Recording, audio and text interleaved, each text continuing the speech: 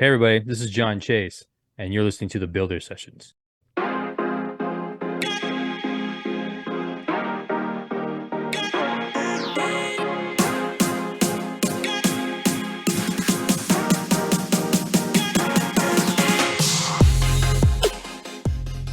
Welcome to the Builder Sessions, a podcast where we chat with your favorite builders. We get to know them, their stories, and hopefully inspire you to get off the couch and build something cool. I'm Hoff. And I'm Rosie. And on this episode, we chat with Jon Chase. We talk about how his influences growing up helped guide his creativity, the importance of risk-taking and pursuing your passions, and how being self-aware in business can lead to discovering unique opportunities. Please enjoy our interview with Jon.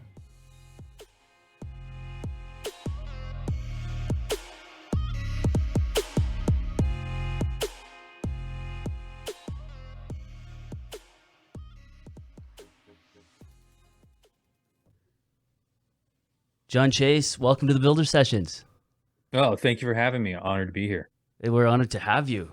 Honestly, we're super excited. For anyone, and I've said this a few times, for anyone listening right now who doesn't know who you are, who's been living under a rock for a number of years, can you tell us a little bit about yourself?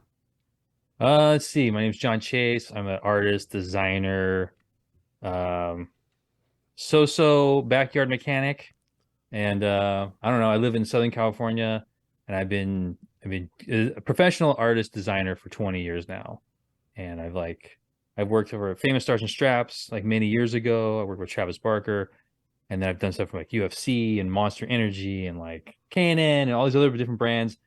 Did my own thing called DSTROYR. Eventually got picked up by Scotto, went to go join the Hoonigans for 7.5 years. And just as of a year and a half ago, I went out on my own and just went ahead and just thought it was time for me to get back and just working on my own brand and just getting into new adventures and creating new art and stuff and making cool products for people. That's kind of what I do. Love it. I love it. Sounds awesome. And all the stuff that I've seen, it's like, cool. It doesn't even scratch the surface of how to describe your talent, and we'll get into that. But starting out, like, how were you growing up? Were you like instantly artistic? Or did you like tinkering with stuff? Did you have did your parents see that in you? Like, what was that like growing up? So I just did an art show with my mom last weekend. Oh, that's awesome. She's been asking me for like 6-7 years, and I was always in a position where I was always working all the time. I couldn't do it. So now I'm able to, have that ability. So we did a show together. And what makes that really special is that when I was like 2 years old, probably even younger, my mom would put me in her lap and she would paint. So it's always been like that. So my mom, like my family has different artists. They were all like just did it for hobby or whatever, and never went professional. So I'm the first one, I guess, in the family to do it professionally. So it started that way. Like my mom would paint or draw, and I'd always be with her. My dad was even talking about it when we did the show. She's like, I remember you sitting on the floor with your mom and you'd just be drawing. You'd always be together doing that stuff. So that's how it began for me. That's how it was. You just like make art. And then later on in my life, you go through that trying to get into a job, go do things. Do you want me to describe exactly from the very beginning to how I got where I'm at? Well, sure. How did you... I was going to kind of ask you and lead you down that road anyway. But as far as when you were younger, did your mom see like some talent in you and was like, well, we need to really foster this in him? Or how did that all work? No. No. No, because it's like, hey, you make art, that's cool. It was never like, oh, you should go, I came from a time where like, I didn't know anyone who's actually doing art professionally. No one. Like everyone... My uncle would like do art and create, like do helmets and stuff like that and do cool stuff, but he had a normal day gig. So it wasn't like anyone else in the family was actually doing that stuff. So it was always like, cool, you just make art, and I would do stuff. I thought I was crushing it like earlier on in my 20s. Like, oh man, I did one thing a month. I thought I was crushing it. I was killing the game of art right then. But I really wasn't, because I was just like, whenever I felt inspired to do it. So it wasn't until later on that like I went to school, try to get into doing things, found out school wasn't for me personally, especially with art. It's hard. Like I have friends that studied traditional pathway. I went to ITM. I taught myself a lot of stuff. That's it. I could have probably advanced quicker if I would have gone through a formal training, but that's just the way I'm wired. Mhm. And it's so funny now because now I go and seek some of that formal training much later in life, which I wouldn't have, I thought was, that's lame. I just want to draw monsters. That's really what it came down to. I wanted to draw monsters and just have fun. So that's what led me to like getting kicked out of school. I went to community college. I said, come back when you're like an adult and you can actually apply yourself. Because I would sign up for these classes and just go hang out with my buddy Brian and we would just draw all day. Like it was ridiculous because I wasn't capable of getting in that mindset. So like my parents were just like, cool, do whatever you want. And eventually I just like I got into a gig where I was industrial rubber hose products. So Wow. I sold, well, I originally started as a driver, then an assembler for hydraulic assemblies, then did inside sales, outside sales. So I sold concrete and water hose for like 8 years. That's what I did. Hmm. And I did art at night for fun. Right around this time, some of my friends started making that jump because they were considered like traditional artists. And they were making that jump into doing apparel, like doing t-shirt graphics and doing stuff in that space. This is like early 2000s. And I was like, oh, that's kind of cool. I like that stuff. And then somehow I end up just, I would work 50 something plus hours a week at an industrial hose place out here in Corona called ASJ. That was a cool place to be at. Like, so I was like, okay, cool. I would go hang out with my buddies at night. I would draw and stuff like that with them till like 2, 3 o'clock in the morning, go to sleep for 4 hours, get up, go to my day job. I did that for like, I don't know how many months. Then I'm like, and there's an opportunity. If you want to go try and do this, you could. So I decided, you know what? I'm gonna give myself 1 calendar year. That sounds like a reasonable adult thing to do. If I can get into this industry in 1 year, I'll go do it. If I can't, then I'll just be like, cool, I tried. And I'll just stay in my cubicle and I'll just do my thing here. And then within 6 months, I got my first gig, which was I left that job of 8.5 years almost. I gave them a 15-minute notice and I went to go, I drove across town. It was literally on the other side of town in Corona here. And I started at Famous Stars and Straps. So that's like at that time it had been 2003. I had only did a little bit of digital artwork. It was mostly Photoshop. So it's a program where you manipulate photos. And then I came to find out that first day, my buddy Max, who brought me on, he's like, yeah, we don't use that program. So I had to teach myself Illustrator that weekend, which I use 99% of the time now to this day. So that's how I got started in it. And here's the craziest thing. I didn't sign any paperwork. I didn't know if I was getting I was getting paid, if I was going to get paid. That all got figured out 2 weeks later. I'm like, oh, cool. So I just kind of went for it, but I didn't have kids. I wasn't married. I was much younger, so I could make that jump. But yeah, I was like all into it, and I've been there for in this world, working in this capacity for, I was like art director, creative director, brand manager, kind of different roles, all kind of smashed together for 20 years now. What was it like learning Illustrator over a weekend to prep yourself for this, this 1 year that you're going to give yourself, and you get on with this company, and then it's like, oh crap, I got to learn this relatively quickly. So it was interesting because I had studied a little bit at night school at UCR, so University of California, Riverside. I took night classes before that, but I just wanted, because me and my buddy Brian were also doing comic books. So it was interesting. So I got into just do that. So I learned how to do this one thing. So learning Illustrator wasn't too different as far as interface of dealing with the program. It was just understanding how the program worked. Obviously, it worked out. I'm not going to say it was an easy thing to do in a weekend, but I was really driven. And I go, I have nothing else to do. I'm not going to lie. I wasn't super social. Shocking. Most art people aren't. I was just hanging out on Friday nights anyways, watching videos online of like how to use Photoshop. So I found some stuff on Illustrator. Nice. And then my buddy Max kind of gave me like these, try this, and gave me like little tests. And I'm like, all right, cool. So I came back in Monday. I was like ready to go. Nice. Because that Adobe, the whole Adobe like theme is pretty similar from across platforms, maybe. Like there are different functions, I'm sure, right? But I mean, just how it looks in your workspace and that type of thing. Yeah, a lot of the shortcuts, which is like when you do keyboard commands, like shortcuts, instead of going up and selecting a menu, a lot of it's very similar. The layout of the programs are very similar. So once you learn that, you work in their creative suite, as I call it. Mm-hmm. Once you work in there, you can kind of figure out any other application they make. So it's not too out of the ordinary to like, oh, I know how to do it here. I can do it in this program too. So it works. If you go to a completely different like system, then things change. But yeah, I mean, it wasn't that bad. I wouldn't really recommend it for other people, but if you're really, really motivated, you can do anything you want. I mean, like it wasn't like I ran a marathon over a weekend. Like I start training Friday, I'm gonna run on Sunday. No, like it's doable. So yeah. But I mean, you were driven by passion, right? Like 100%. this is a similar. A lot of people we talk to, they talk about, and online, all these YouTube shorts and all the short form videos that are inspirational, and people have this passion and then they stay up. Gary Vee talks a lot about that too, about like you'll stay up, you'll do your day job and then put your kids to bed, and then you have those 4 or 5 hours or whatever in the night to just work on your dreams. And it seems pretty common as far as people who are driven by that passion for whatever it is. In your case, it's art, but it seems like it's a pretty common thing. Have you come across a lot of people that have done kind of similar things? I mean, that's all the people all my friends are. That's Yeah, everybody, yeah.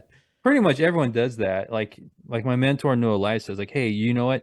You can have your day gig can fund your passion project. So a lot of people like, yeah, they might not be in a level where they can make that jump. It's not easy. Like, I'm gonna leave my job because it's hard. Like, especially when you get older and you have families and people are depending on you. It's not easy to think like, guess what? I've decided to completely throw all that away and go start this crazy idea, and I'm gonna go make something happen.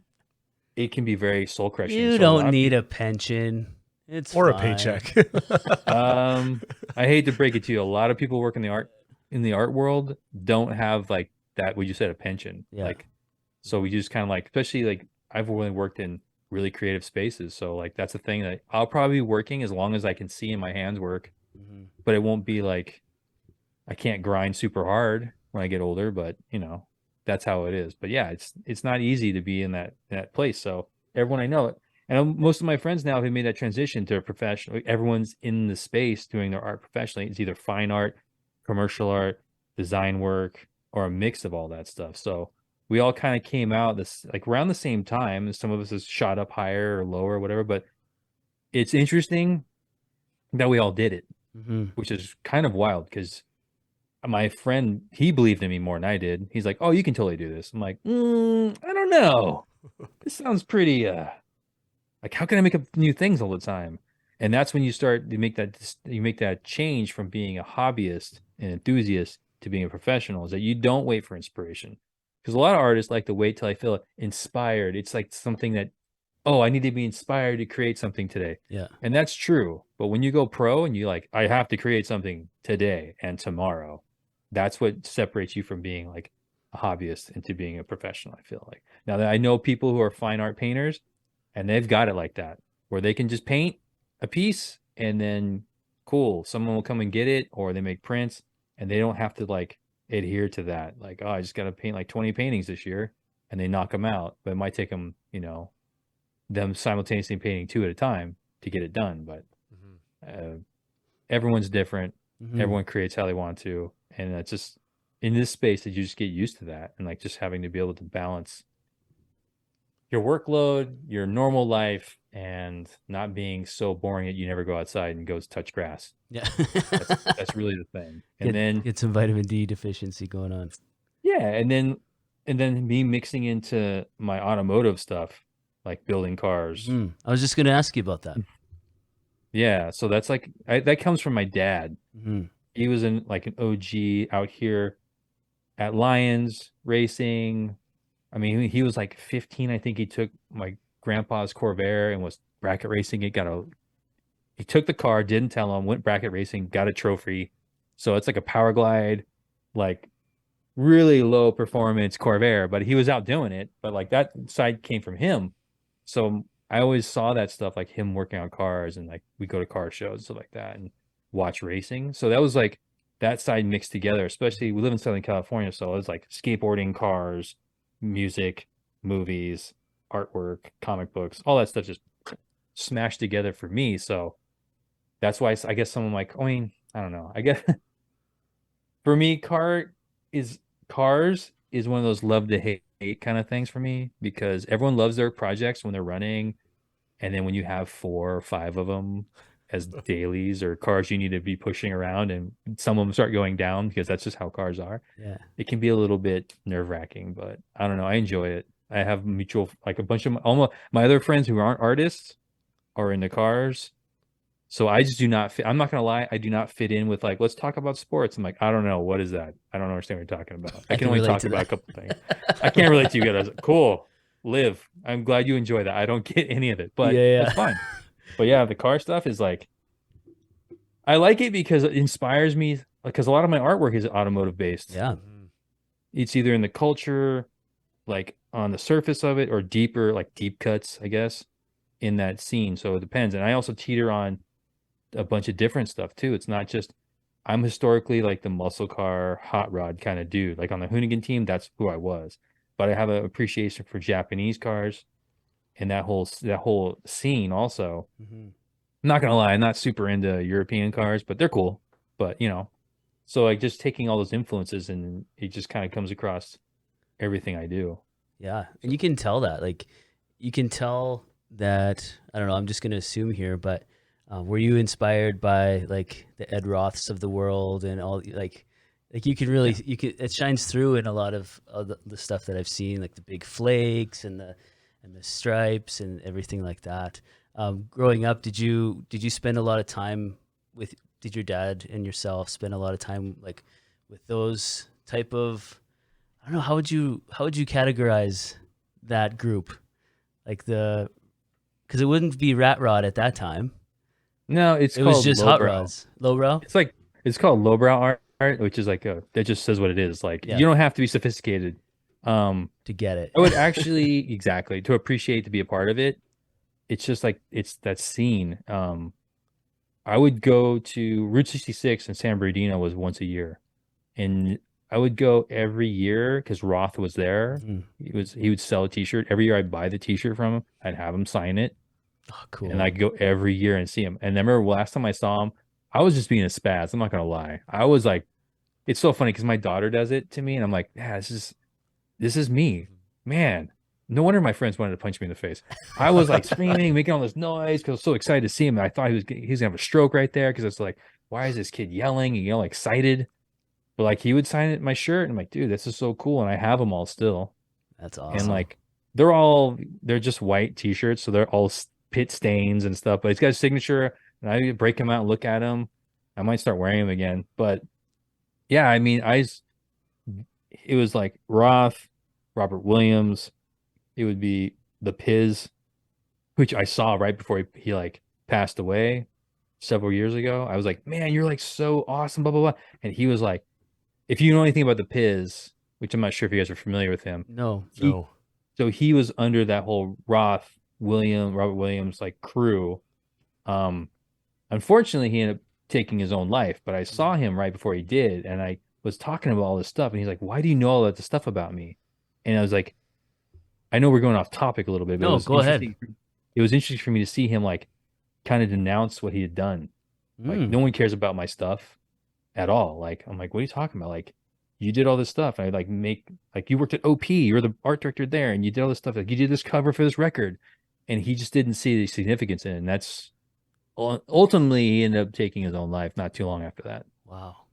because that's a lot of like artists can get in that. You get in your own head, and he was not in the right space. So Yeah. it was interesting to see that happen. Like, and it's I don't know, like those dudes have done so much in the obvious automotive, but they trickled into skateboarding, which is another huge part of my life. Was a lot of that influence was in skateboarding, graphic wise, Mm-hmm. the way they marketed stuff, the way they presented things, the way they shot videos. Like, it's just like all that stuff really made an impact on me and how I think and how I create stuff. Yeah, for sure. And it's not like fine art stuff.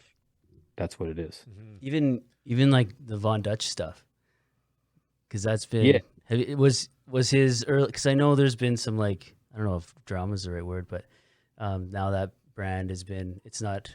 People argue that it's not like the pure form of it anymore when he was doing it, and like getting him, it was like a mark of, excuse me, it was something that you'd really like when he striped your car, like that was a huge deal. Did you encounter him at all? Did you see any of his No. stuff? No, I've seen some of his stuff, but he, he had passed before I Oh, ever yeah. got around that. So yeah, but perfect. Like he's an example like that, and then the whole clothing thing. If you get a chance, you should watch that documentary. I think it's on Amazon. It's gnarly. Is that the older one, or is it a new No, one? there's a new one that came out, I think 2020. I was watching it because I was around when the Von Dutch clothing line, like I just started getting into apparel. Like Yeah. I would be at trade shows. I'm like, everyone's got this hat on. Are they giving away? And I look down the aisle and there's 2 or 3 girls with boxes just giving out the hats. But Yeah.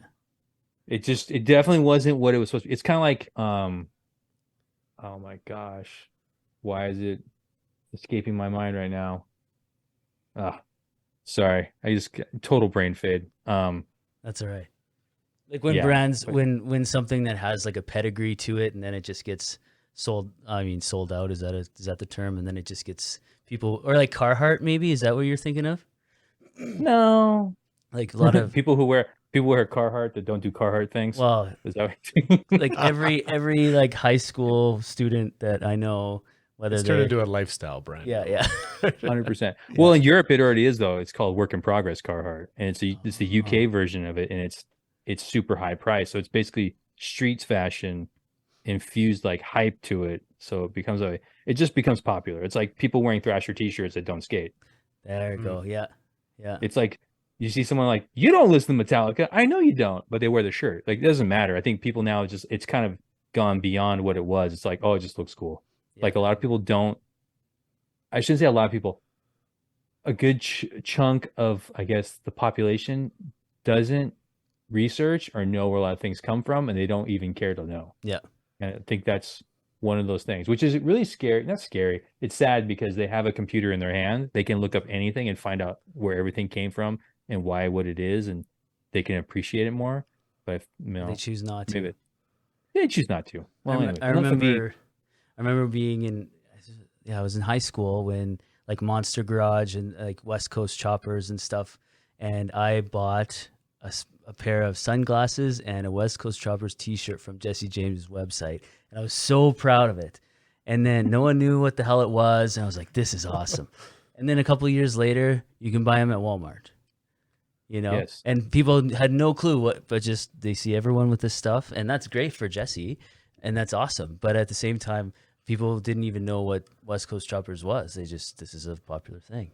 I think sometimes they underappreciate some of stuff. Even for Cart, for example, being in the trade, I've got, I think, a jacket that's lasted me, I don't know, 15 years and it's still intact. I appreciate the quality, where some of these people maybe just, it's the brand recognition of, oh, Carhartt, lifestyle. Well, I think as you were kind of saying, or maybe a decade ago or 2 decades ago, there's kind of an appreciation, understanding of the quality of goods you were buying, or the company. You were into Jesse James, or Thrasher. You were a skater, so you wore a Thrasher shirt. Now it's, oh, that's a cool. I want to be. I don't know if that's the thinking or what, but there's almost an underappreciation of where that comes from, and I don't know. It's I don't know if it's getting worse or better, but Nah, I mean, I don't think it's getting worse. It just becomes fashionable. yeah. So like when Jesse James, you said you could get at Walmart, I remember that time when that happened, because I was in the apparel industry. We were selling stuff. You couldn't buy a black t-shirt. He bought every single black t-shirt. That's so awesome. No, I'm not even joking. Every black t-shirt. There was no black t-shirts for 4 months because he bought every single one of them, because he was making that. He was printing that kind of numbers. It was wild. So probably hard for a starter or getting into the industry, right? And you can't buy an article of clothing that you want to design on. yeah, black t-shirts are real popular among almost everybody in the world. So it was really rough, because I think I was still at Famous at that time. So we were doing pretty good. We were doing numbers back then. And you're like, oh, cool. I guess everyone's getting charcoal t-shirts now, because charcoal and white t-shirts, because you can't get black. So good for him though. Wow, those are things I would have never even have thought about. Yeah. Hey, you just assume, and that's probably part of our culture too. You just assume, order it on Amazon, whatever, and well, wait a second, where does this come from? There's no black t-shirts left to even print anything that we want to do. That's a really interesting perspective that I don't think I would have ever had. So thanks for sharing that. That's really cool. That's super inside. So most Oh, people wouldn't even know well, that. exactly. That's where you heard it here first, folks.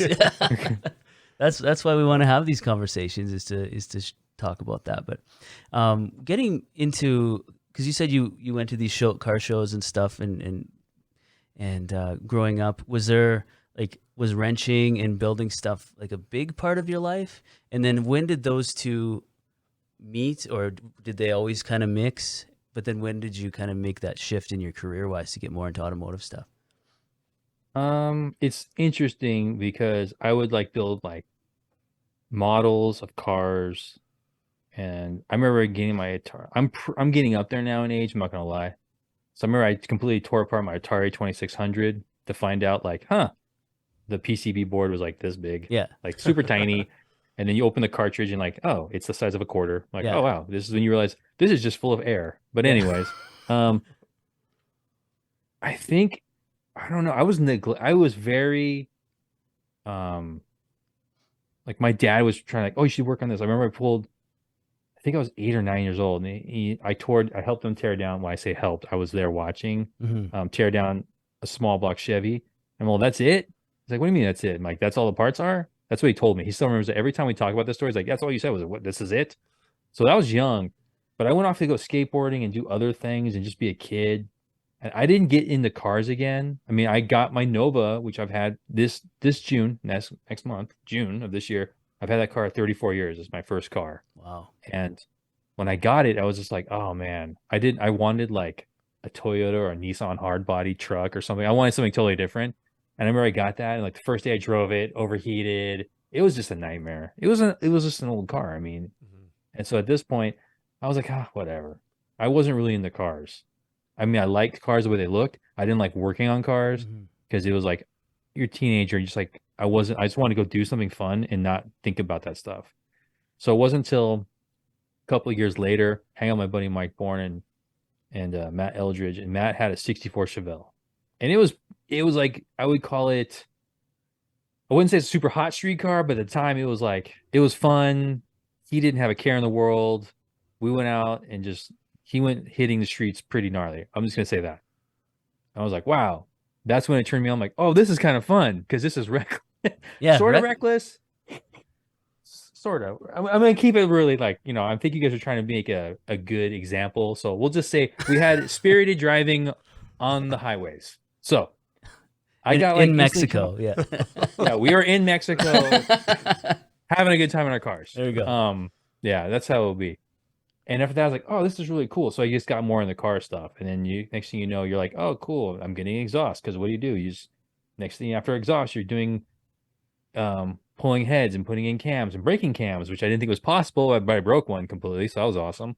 And then just, I got super into hanging out with my buddies, and like, we would just go to like different like car cruises or whatever, hang out and just go back to my buddy's house and just hang out. Like, that's kind of like I really got into the scene, and this is like geez, early mid 90s. So this is like, you could only, if you drove a muscle car, that's what you drove. You hated everything that wasn't muscle. Yeah. So you go to these shows, people roll in with something different, and they would just be like asked to leave. Now it's completely different. Everyone loves everything pretty much. Everyone like accepts everything, which is really cool. So I think that was the time like I was fully getting into the car lifestyle, hang out with my buddies, go to the drag races, go watch, go do whatever, drive around. It was fun, and like that's when like those things started to click. So I started to incorporate more of that into my artwork because that's like part of the lifestyle that I was fully into. So it's always been that mix of just cars, art, comic books. Like I said earlier, drawing monsters basically. So that was my whole goal. I just wanted to draw monsters and have fun, and that's what I do. Like I hung out with my mom at the art show. We had to sit at the gallery like a couple days before, and she was painting a portrait. I was drawing monsters. That's Like awesome. nothing has changed for me. That's just how it is, and it's cool. Like I've been Yeah. able to get into that position in my life where like that's what I got to do. It hasn't been easy. I had to do a lot of like compromises in my life, I guess I would say, like staying up late, missing things. And then once I got into that position, you think it's going to be great, but then there's a lot of extra things that no one talks about, like managing people, which is not the easiest thing to do. Have you ever managed other artists before? It's totally a therapy session. Every time you got to manage people like that who are creatives. So I had to learn that stuff. I had to just grow as a person and just be able to be like, you know what? I'm in a position where I get to do something that's really fun. And then when I got to go on Hoonigan, I got to like, it was cars and art. I mean, I got there because of my art, and the car stuff was like, oh, it's cool because you like cars too. And that was like a really kind of a dream place to be at for such a long time, until I felt like I did everything I could do there and it was time to move on. That's what, like, because people ask me all the time, like, why'd you leave? I'm like, because it was time to move on and get new adventures and do something different. I had like reached a certain level that I feel like I'd done everything, and like it's time to go find something else to go do. It's really admirable too, because you're not denying yourself in that, right? You have this idea and you feel, it sounds like you just felt like you hit a ceiling and you just did it for yourself, right? No other reason. You're just like, okay, I've done everything I can.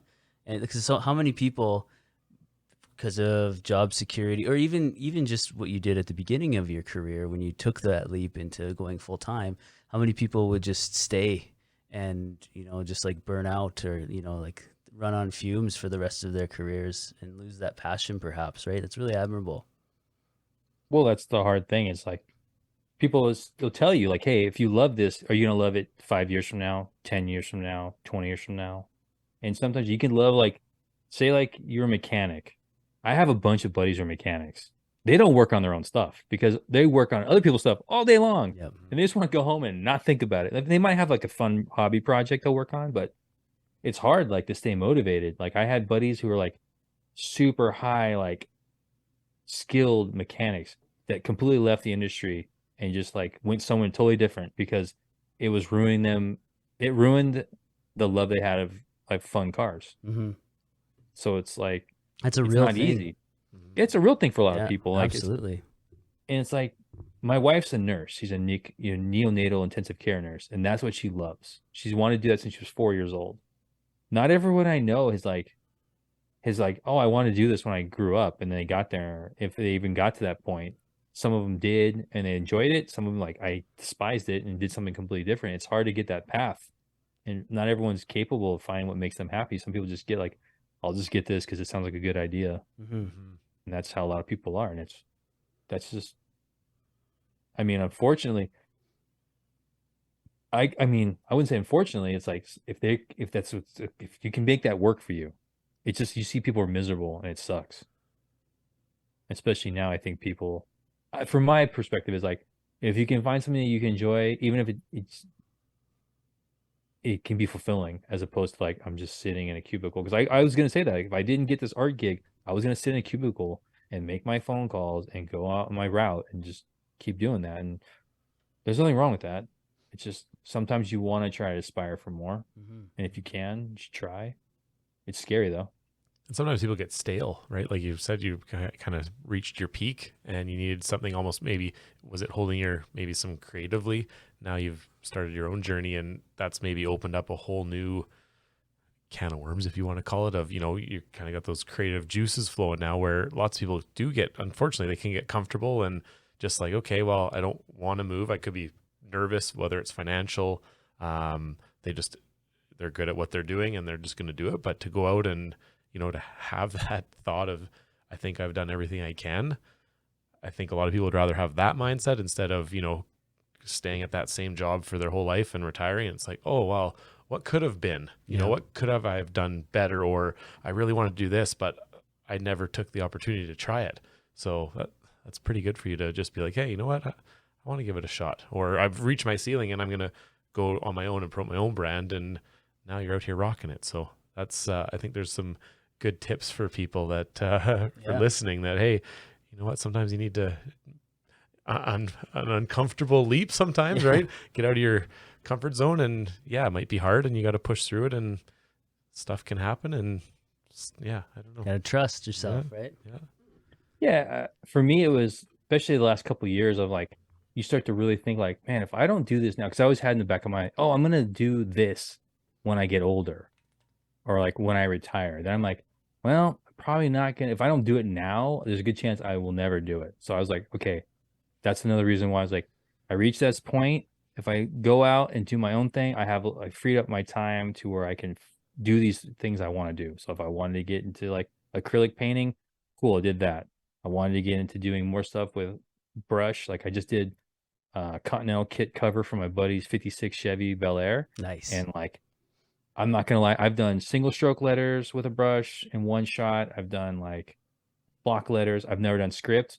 I'm like, all right, I was gonna go for it.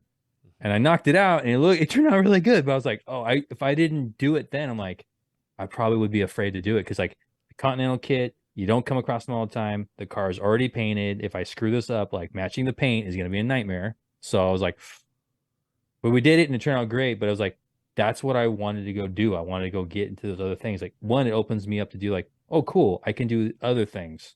So if I get bored of like doing illustration, I can pause and go work on this. Like it's nerve-wracking to go work on someone's car that's painted or a component of it that's painted and like, let's hope we don't mess this up. Yeah, applying more paint. Do you use a lot of one shot when you're striping? So I don't do striping. When you're lettering, I guess. Yeah, lettering. I don't. Here's the thing. It's like I do all these different things. So I do digital art mainly because for workflow, for handling files, that's what you do. I mean, I still draw with pencils and paper when I can, but just workflow is just quicker to be that way. I do airbrush portraits, which I really enjoy doing, and then everything else that comes below it is like, I don't know. It's just like a little. I have too many things I like to do. Yeah, that's the thing. I'm kind of. I wish I could just be like, oh man. I always tell my buddies like, I wish I just did what you did. You just focused on one aspect of art, and you just went ahead and you did that one thing till you perfected it. I'm over here like, oh, I'm doing like 6 different things. I'm pretty good at some of it, you know. And it's like, would you be happy though if you were like that?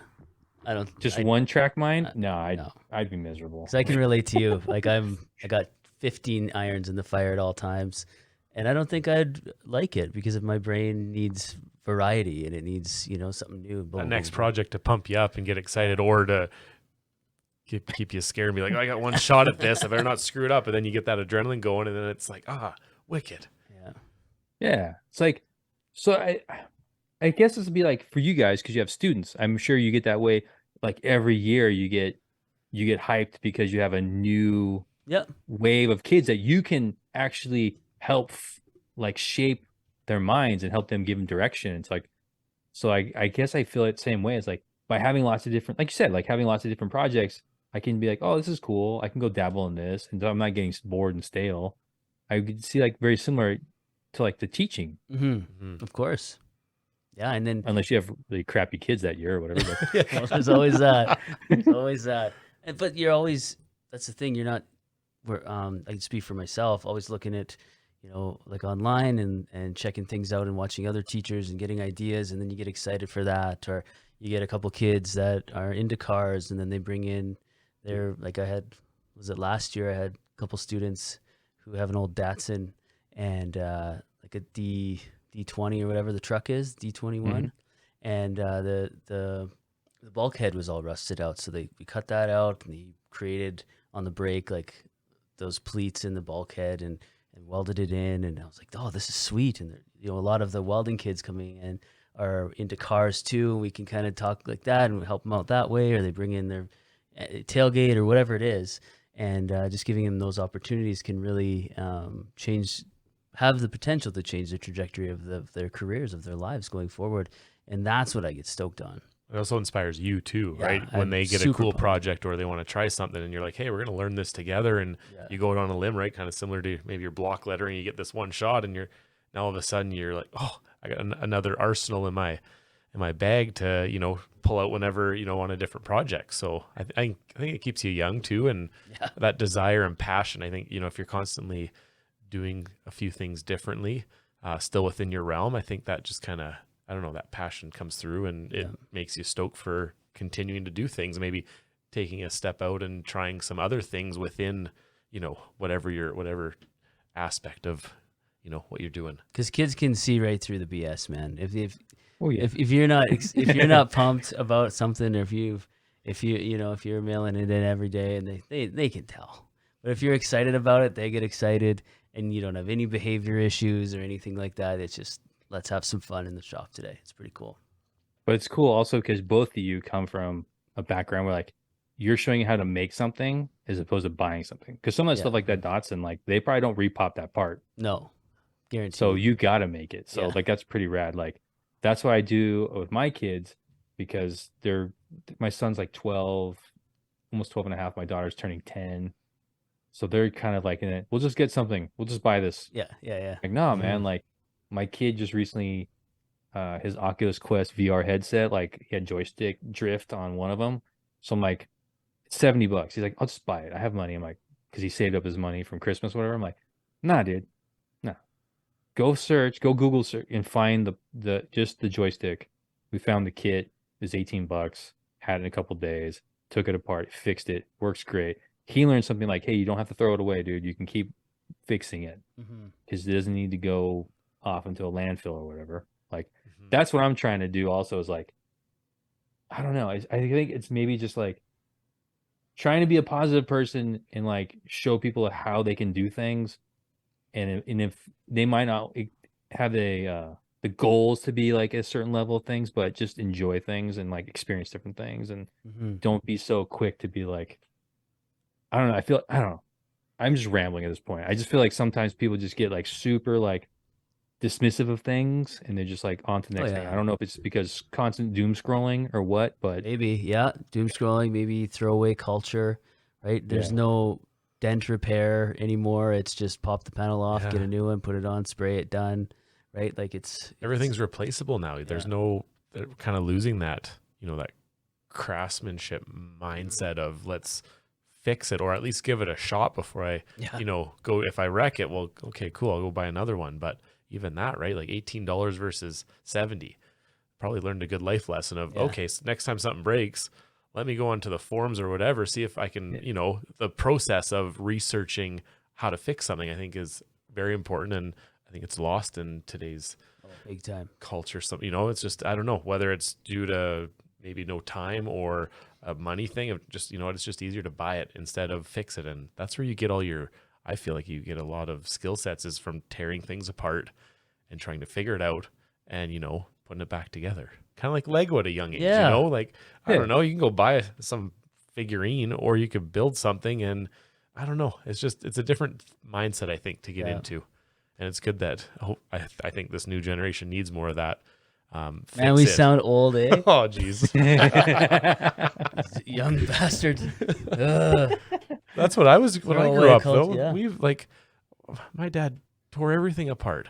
Yeah. My uncle was a welder. Like anytime anything fixed or broke, you pull out the tools and rake it up. Sometimes it's not the best. You might be like, "Oh, that's not going to hold," but jank, it's still running. Yeah. I got a whole bunch of cars like that right now. So hey, that's okay. So what do you have? Let's talk about the cars. What do you got? What's in your garage in your collection right now? So my number one car is my 1967 Chevy 2 Nova Sports Coupe. That's my first car, 34 years. The 1955 Gasser Tri-5 by Fire. That's the one I raced against Finnegan and lost and had to shave my beard. Yeah, that was awesome. I saw that. Yeah, that was awesome. Yeah. I got the parts for it. I'm actually gonna fix it. I've had nothing but issues with the clutch on that. That's why they didn't go in second gear. Anyways, I got the parts recently. So I'm gonna hope. He went somewhere there. He went somewhere dark. Tried to relive a moment. It's okay. I mean, it's fine. I mean, it was a good time. That was a really stressful time of my life. You gonna do a rematch once you get it fixed? No, I talked to Mike and stuff like that. He's in a totally different place right now. For sure. I'm just gonna. I drove the car last year. I was racing it a little bit. The clutch has been an issue. I figured out okay, there's new components now that could help. Finally resolve this. They just came. It's now just gotta find the time to put it in the car, move on. But who knows? Never say never. Mm-hmm. I mean, I could end up somewhere one day and me and Mike are there somehow. Yeah. So, and then I got my 71 GMC Sprint, which is, it's a 72. It's the El Camino cousin to the Chevy. And then I have a 71 Yeah, 71 GMC 3-door Suburban, Oh, cool. Oh, wicked. which, yeah, it's got the barn doors on it. Those Yeah. are really cool. The reason why I bought it is I had a 64 Nova wagon, which I drove every day, everywhere, with like a 1 barrel on it. Yeah, it's a 1 barrel with a straight 6 in it and a turbo 350. And I drove that everywhere.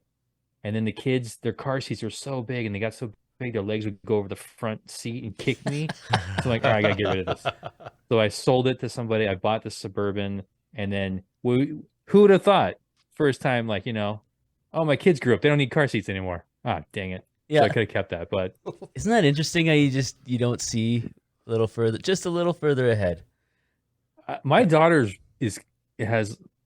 she's a pistol. She like kicks me in the back of the head. It was just too much. I couldn't handle it anymore. So I'm like, okay, kid, we gotta get out of here. And then I have a long-term project, a 1920 Model T that was my uncle's that my aunt gave to me after he passed away. Oh, cool. And I chopped that up to make it into like a around town cruiser car death trap. So that's Did you really chopping it like dollar bill, like rockabilly rat rod style? it was a touring car, so it had 3 doors because it's the 1 door is welded because you're supposed to exit on the street side back then. Oh, okay. I completely cut the back of it off to make it a 2-seater, and then I got a Model A frame for it. I just got to find time. I might hit up one of my buddies who just builds and like have him just get it to like, hey, you make it so where the body's attached, and I'll just figure out the rest of it. Go. It's one of those projects. It sounded like a great idea. Like, hey, let's just make this really, really unsafe. Sweet. So, yeah, who needs floorboards? Who needs Just don't drop anything. You don't need floorboards. I have a buddy of mine who ran a car like that for years. No floorboard, lost so many phones out of his pocket and ran. All you see, like, hey, I see you have your brake cylinder right there, and that's it. There's nothing here. Where do I put my feet? He had like I think it was like it's just a piece of sheet metal where his feet could just sit on. That was it. Oh, wow. He never put a floor in that car, and I think he eventually sold it. Did you ever drive it when it was raining? Oh, he drove it everywhere. All the time. Just getting soaked. Yeah, Oh, it's that's the awesome. lifestyle, bro. Yeah, it's the man. lifestyle. Reckless. That's where everything kind of melds, that word reckless, I feel like. Yeah, so that's the car situation. And for a modern car, I have a 2003 or 2004 actually, Lexus GX 470, Oh, cool. which is I should have got one of those way earlier in my life. Yeah. Heated seats? What? Seriously. And that's pretty much the Land Cruiser, but Lexus, right? Yeah. And it sucks because I bought it in 21. If I would have bought it in 20 before it got crazy out here, they were like $6,000. Wow, jeez. What'd you end up paying? 25? No, I got it for 12, but like in like 14, 15 months, the price had gone up so high, but Yeah. I still dig it. And it's just like, I don't know. I enjoy it. So that's the only car. I remember I got it, people were like, whoa, that's like really new. And it's not. Are you feeling It's okay? Japanese. Yeah. Yeah, And it's exactly. Japanese, yeah. It's Japanese. I was like, no, that thing's awesome. So yeah, for a lot of people, it's really interesting because I was dailying like the Nova wagon or the Suburban, Yeah. or the El Camino or the Sprint. Like I was just driving those all the time. That's what the whole thing was. Because like when I was growing up, my Nova has a supercharger on it, like a roots blower, and it always overheats. So I drove it like in February when it was cool, and I drove it like in October. Any other time it would just overheat, and that was it. And that was just because like no matter what radiator I put in, it never worked out right. So when I got the opportunity and I was able to get a Be Cool unit, like that car can run in the middle of summer now and idle all day, and it just drinks gasoline. Yeah. Because it's not very fuel efficient. But now I can drive it all the time, and I dig it. So like that car is like, I just remember never driving it, and now I can drive as much as I want, and I dig it. And so like I'm really a big fan of that stuff. It's like if you got something, you can drive it, go have fun in it. Because I know I have friends that like spend their whole time just building a car, acquiring parts, tinkering, but never actually enjoying it. Yeah. Well, that's what David Freiberger says. Don't get it right, just get it running. Right? Just get into it and just get it running and drive. Yeah. That's why they've run around with gas cans in their lap with like a hose going to the fuel pump. So Talk about reckless. I Well, plus love it. being your first car too, right? Like that's got to have some sentimental Yeah. value too, which I totally appreciate because I've got an older one too that I cannot let go. But with the memories and just having something that you can drive.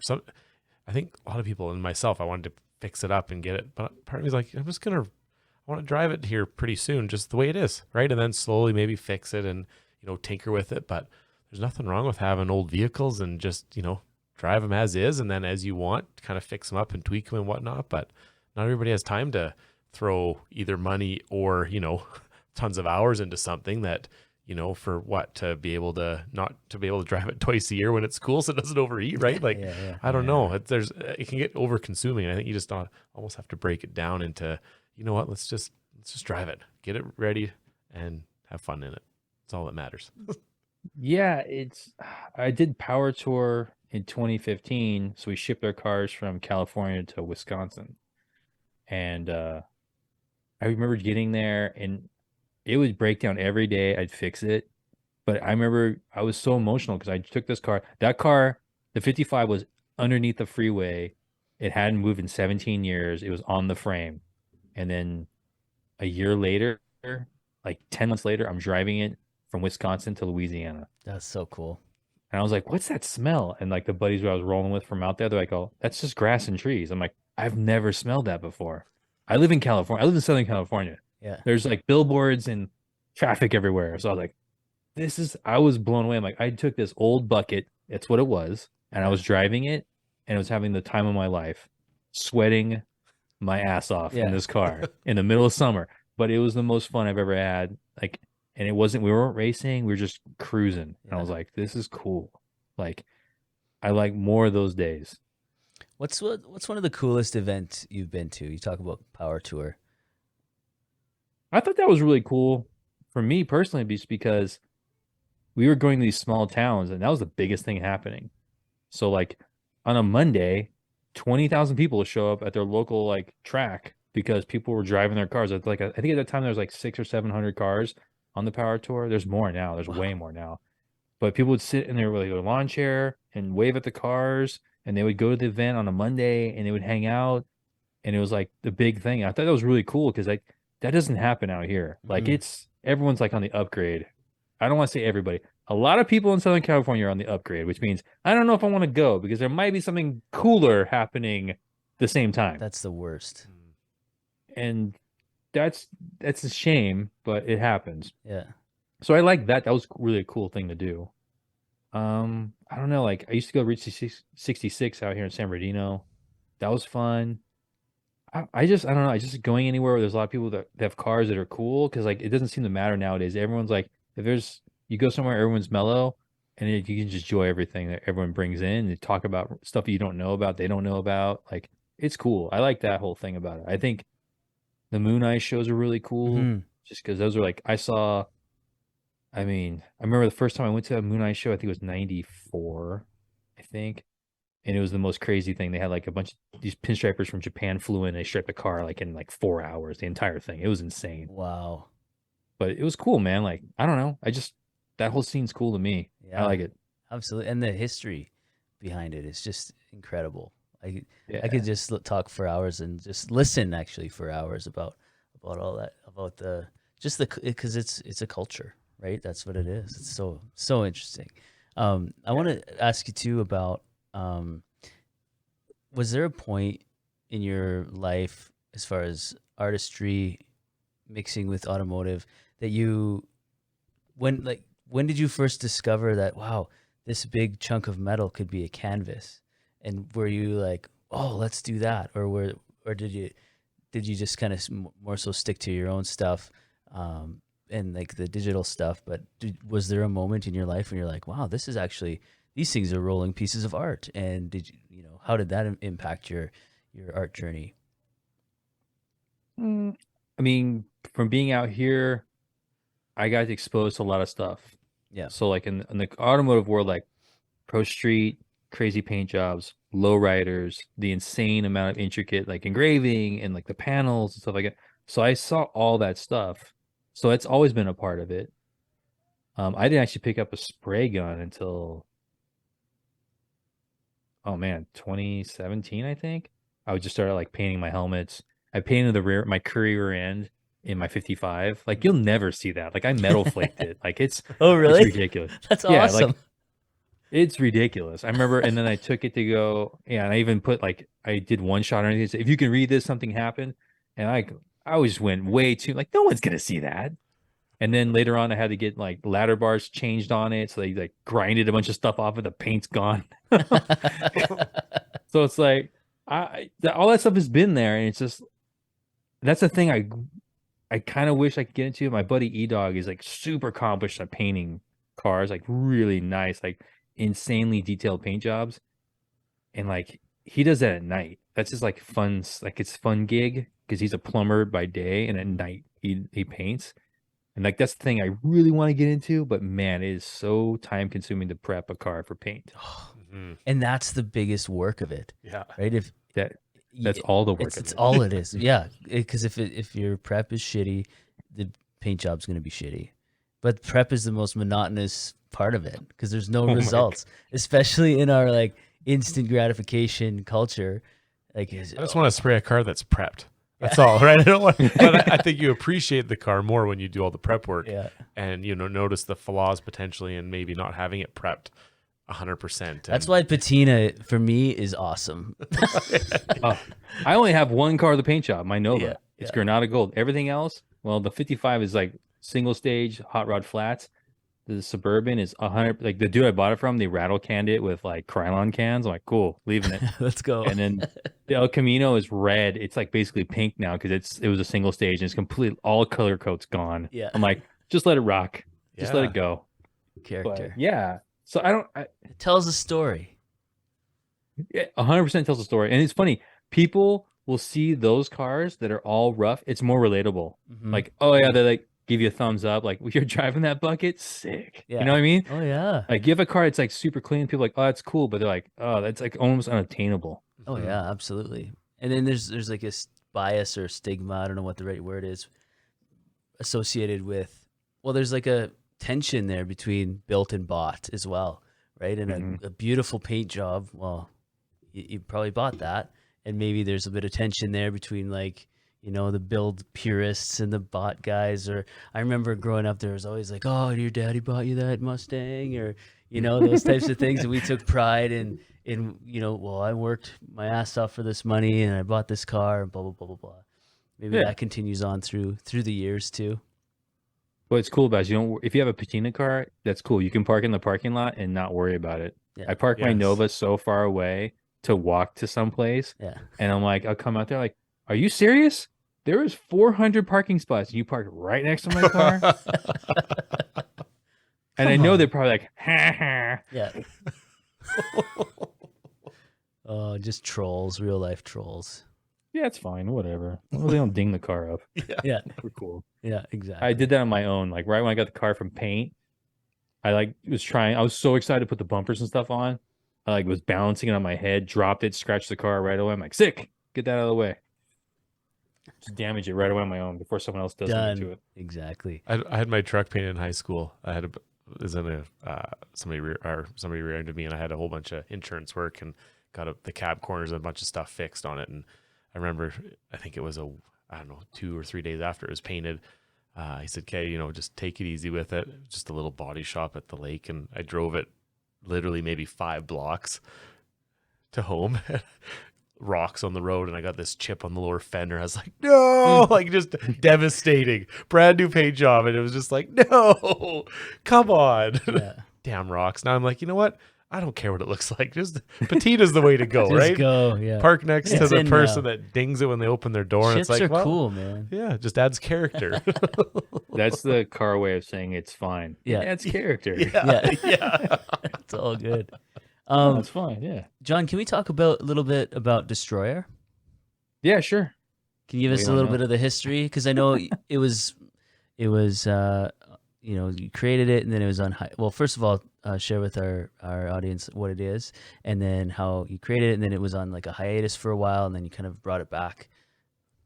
So DSTROYR is a brand that I started for real.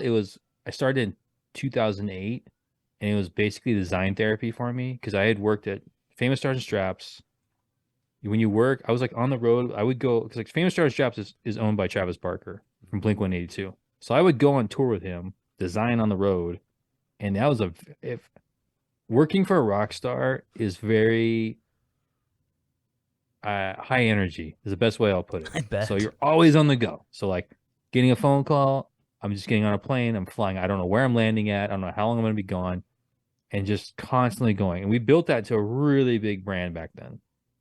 When I left in 2008, I started a blog because back then blogs were really a thing. Yeah. It's just becoming a blog thing. It was really happening then.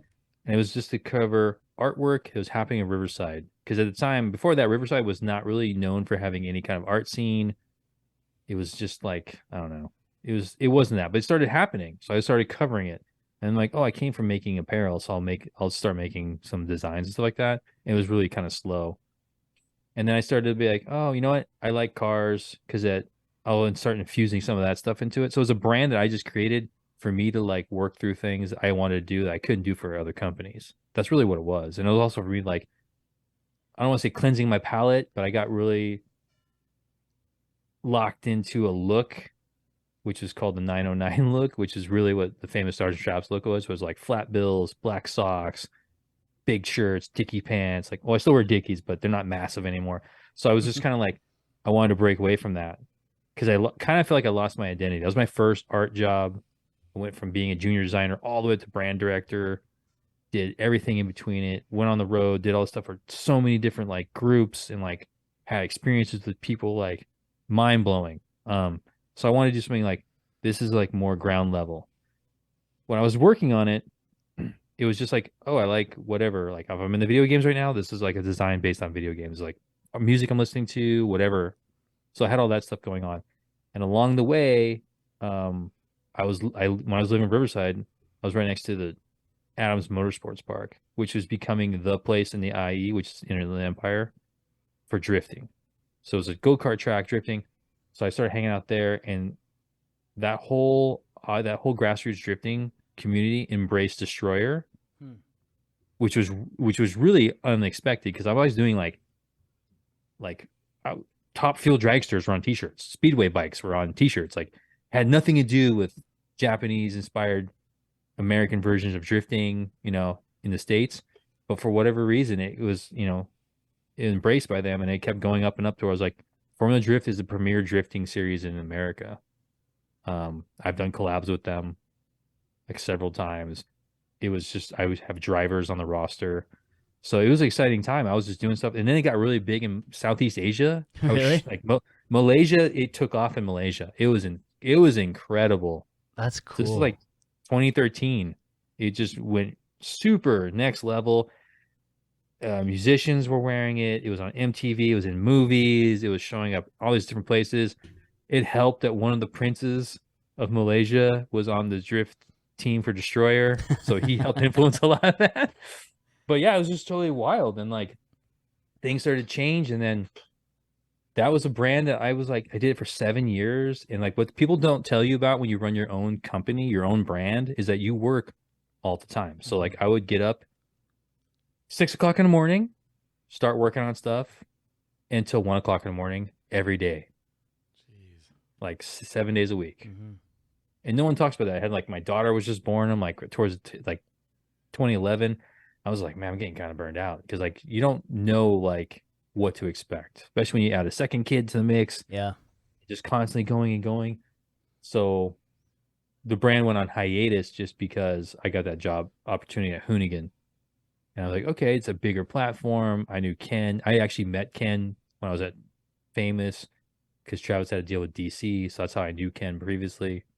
I'm like, oh, that's cool. So I went go do that. So I just paused it because I had to. It's like you couldn't be in the same space because like DSTROYR at the time would be a considered total competitor against Yeah. Hoonigan. So I'm like, okay, cool. So I paused it and went out and did Hoonigan. So then when it was time for me to leave, I thought I'll bring it back. I figured it'd just be a fun little thing for me to do because I do designs that I want to do. I'm used to making stuff that's supposed to sell. Mhm.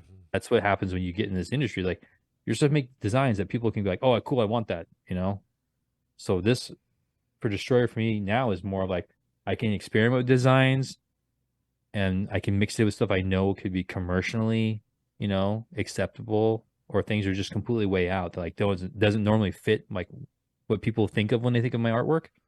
So that's what it is now. So it's a mix of like me creating art prints, soft goods like t-shirts and hats, stuff like that, and making other products and just like collabing with friends of mine and like just having opportunity to like do different things. So that's what it is now. And then also when I came back, I wanted to focus on a purpose. So what it is like I raise awareness and funds for children's mental health. Oh, And that's cool. I do a donation to the Child Mind Institute, and that's been it's a big organization, but like they have a they have like a profile and people have heard about them, and that's something that I feel fulfilling. Like, so every order that's placed on, I take a portion of it goes to the charity. That's kind of what makes me excited because I struggled with issues when I was younger, still do this day. I've Mhm. been able to manage it better, but I started seeing it in my kids, so I was like, oh man, I just need to like talk about it more. So I've had conversations with parents through DMs saying, hey, blah blah blah, like thank you for talking about this stuff, because like sometimes parents, when you just don't know if other parents are going through these things with their kids, like Oh you yeah. just figured, oh, the world's different now, things are Yeah. different now. I So remember struggling with anxiety when I was in high school, and then or junior high school, and there was none of the supports out there that there are now. And so when was that? I graduated in 2003, and 20 years ago. Holy smokes! Anyways, um, and so I'm just now there's so much uh, there's so many things and resources out there for kids, and something bad happens to a kid, they're in a counselor's office immediately, like that type of stuff. So, and it's necessary because it's growing more, but I can kind of see some of that, like you said, in my own kids. It's like, well, I want to be able to help this out, so good on you for that. That's really cool. yeah, thank you. I mean, I just felt it was like something that compelled me to do it, so it's another reason like to get up and do it, Hmm.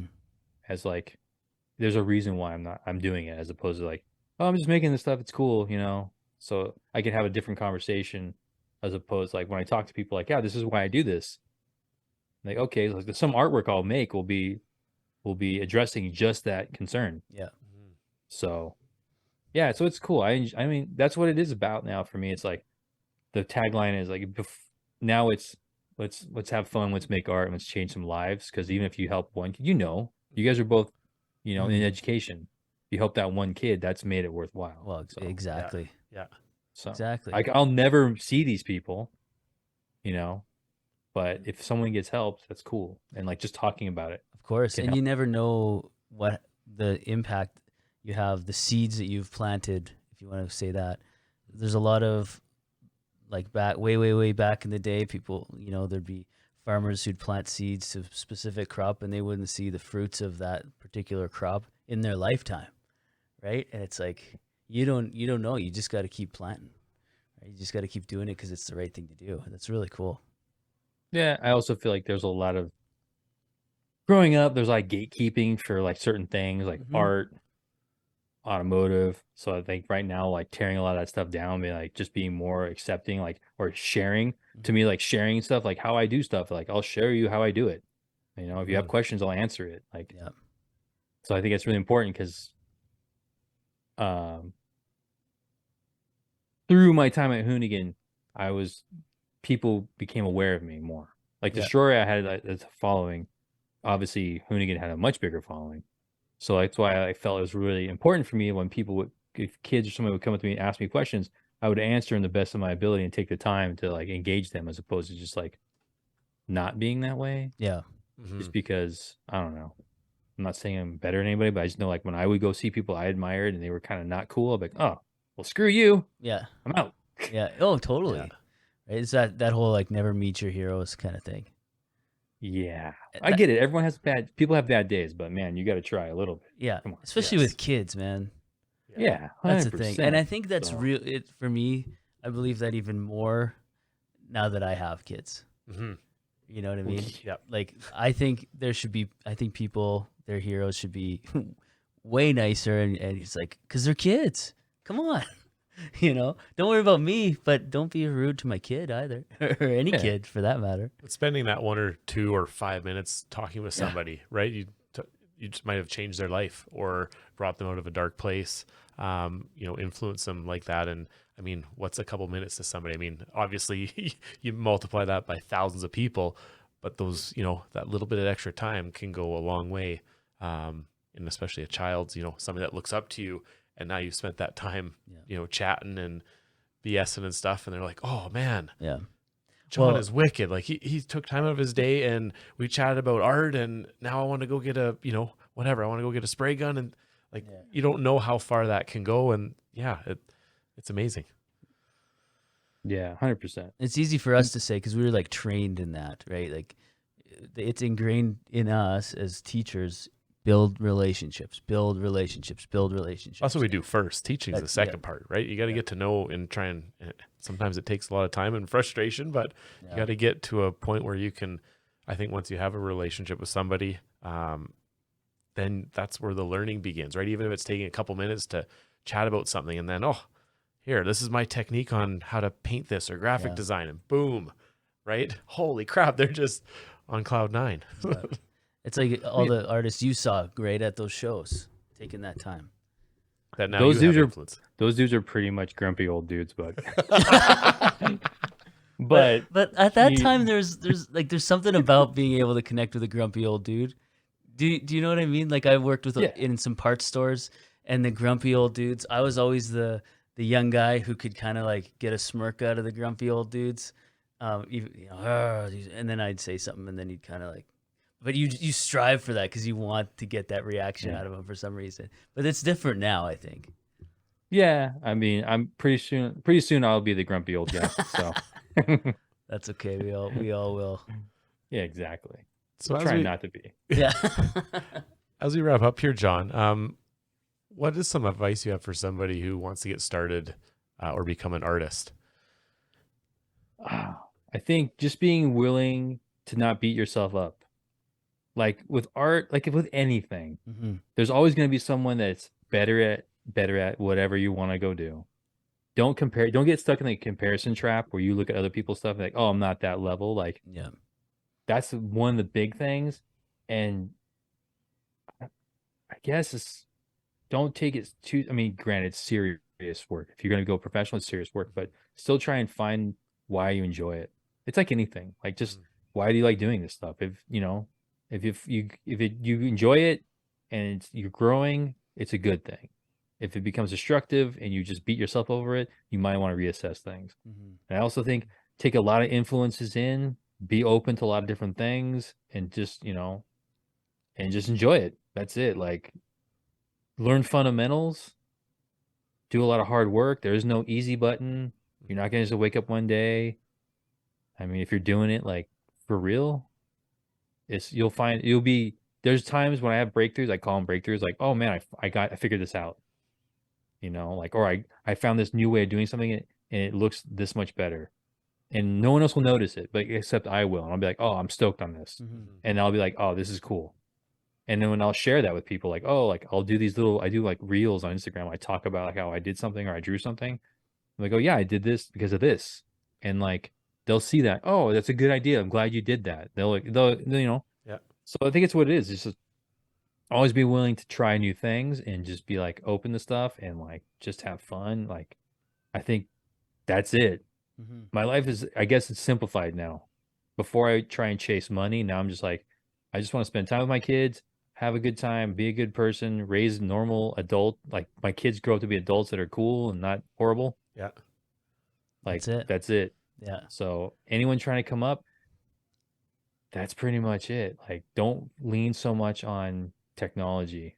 Sometimes you just got to learn how to do it analog and then apply that, because I grew up doing everything analog and then got the computer. Some people will use the computer as a crutch sometimes, and just learn as much as you can. That's it. Yeah. What about some specific skill sets that are important to develop?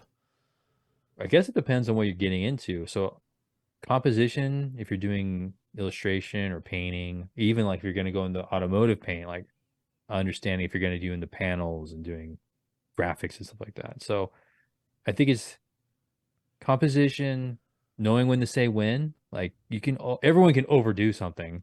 It's having that's when you start getting the taste. Like, oh, knowing when to say when.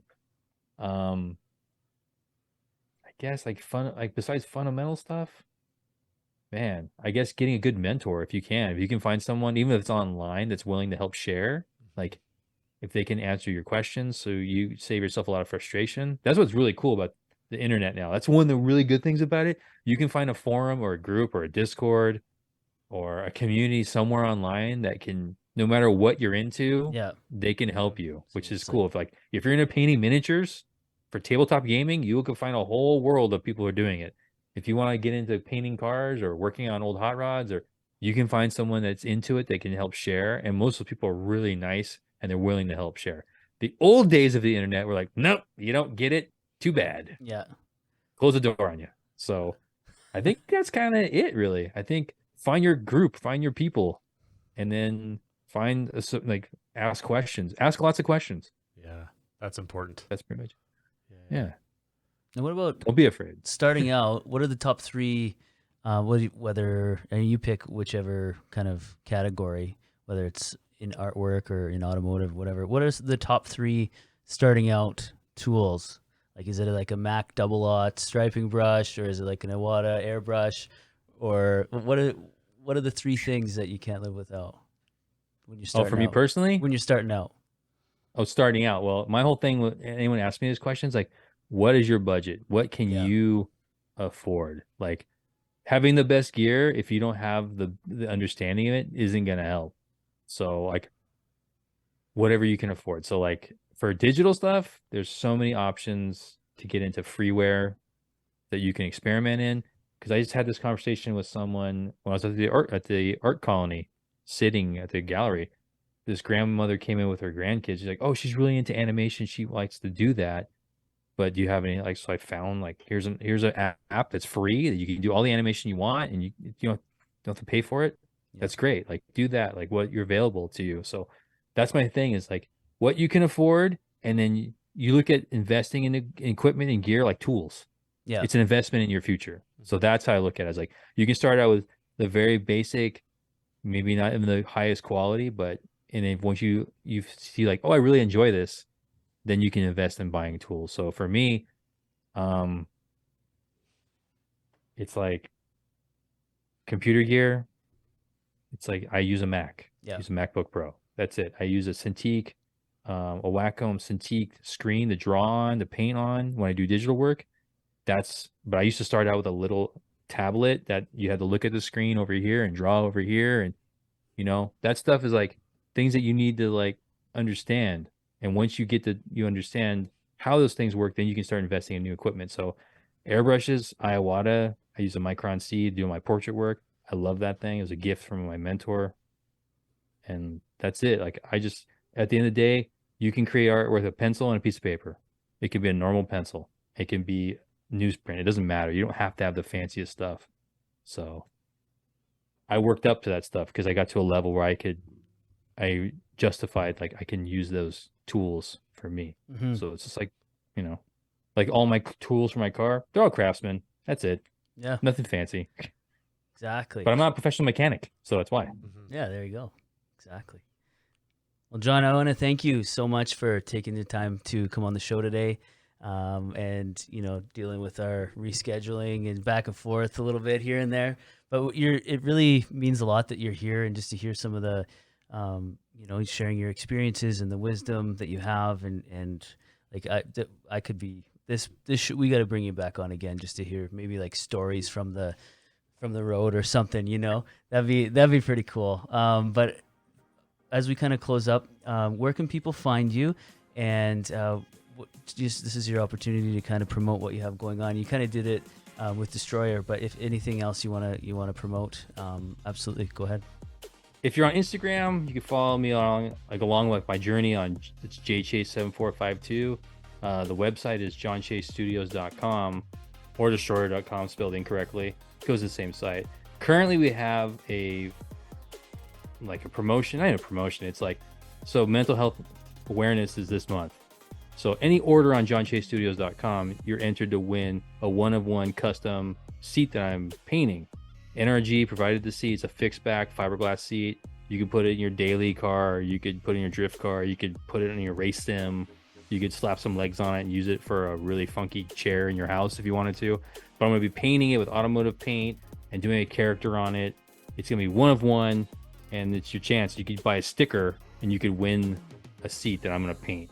Like, so I'm pretty excited about that. I want to thank NRG for providing it.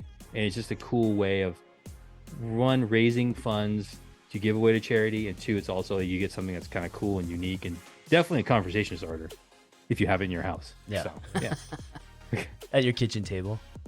Dude, for Just sure. thrown. Who doesn't want a micro flaked creature screaming out of the back of a chair? Exactly. Will it have harnesses? It does not have harnesses, but I guess you could always get some if Yeah. you're afraid of falling out of your seat. Well, you could do, you know, like a It's a high big chair. meal if you're A high harnessed in there. You might need, yeah, depending on what you eat, you might need the harness after. Hey? Yeah, for sure. Well, thanks so much for coming on, and thank you to everyone for listening. Thank you, Hoff, Thanks, Rosie. and we'll see everyone in the next one.